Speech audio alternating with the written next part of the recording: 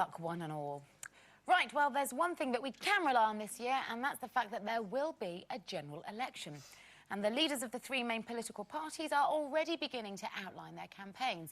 Tory leader David Cameron is unveiling an ad campaign today and is expected to put the economy at the top of his party's agenda, whilst Lib Dem leader Nick Clegg has said that it's time to tackle the lack of faith in the political system. Meanwhile, Gordon Brown has pledged that Britain will enjoy an age of aspiration if Labour returns for a fourth term in power. So what do we want for Britain in this, a year of general election? Well, now, let me say, you won't like this, but no, Sunday morning, you won't. Sunday morning, I watched Gordon Brown on the telly, on Andrew Marr, and I was not, you know, he convinced me, actually, for the first time ever, that I think he actually really does care about the future of this country. Whether you agree with how he goes about it...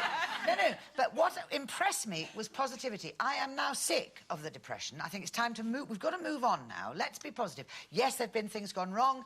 Each government shouldn't necessarily mess up so the next one takes over and then spends 10 years getting... Never mind all that. That's enough now, guys. We have to be positive and we have to really sort ourselves out, because otherwise it'll go downhill even further, and I'm sick of that. And I don't want an election where people are going, oh, it's so terrible, isn't it? It's so terrible, and I'll try and help you, says David Cameron, and somebody goes, oh, it's so... No, enough now. And he was very inspiring, Gordon Brown, on Sunday morning. But what is the point of being positive about something that you've basically created? Well, he didn't just because he's being positive, it doesn't mean to say it's going to solve it, because it's not. You know, it's such a massive, massive problem. Frankly, I've got no faith in any of them, and I find that really sad, yes, and I'm very upset by the fact... That's what I'm saying about positivity. But right, they've all... If they what's the hear point us... of being positive? There's nothing to be positive about. about. No, but then it's up to us to make sure they get more positive. It's time for us to speak and say, don't keep... Look,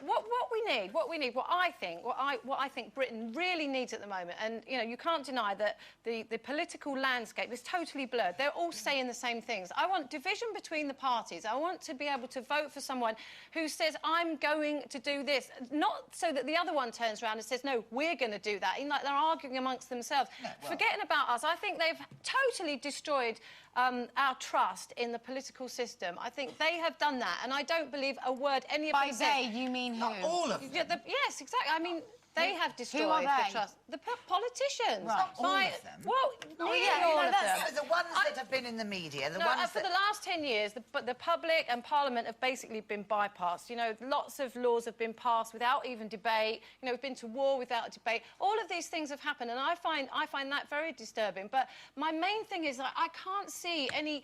There's no red Adair. You know, when you look back, whatever you think of Margaret Thatcher, and I know a lot of people can't stand anybody even saying her name, but in 1979, when the country really was on its knees, like it is now, a lot of people are in denial about that, but it is.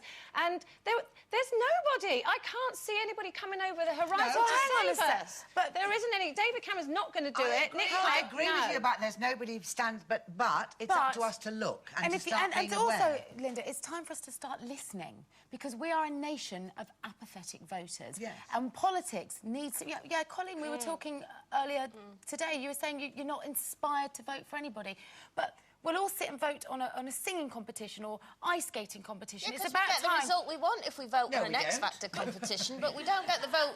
Well, what you're saying is, don't be apathetic. You should vote. You should vote. You have to vote. I don't like any of them. I don't believe any of them. I don't think they ever answer a question straight. You're saying, you know, we should be asking this question, that. You can ask questions till you come. So this year, till the cows come home. I watched something recently, believe it or not, on politics, and he was asked a question. I cannot tell you. It was a yes or no answer. He must have taken 20 minutes.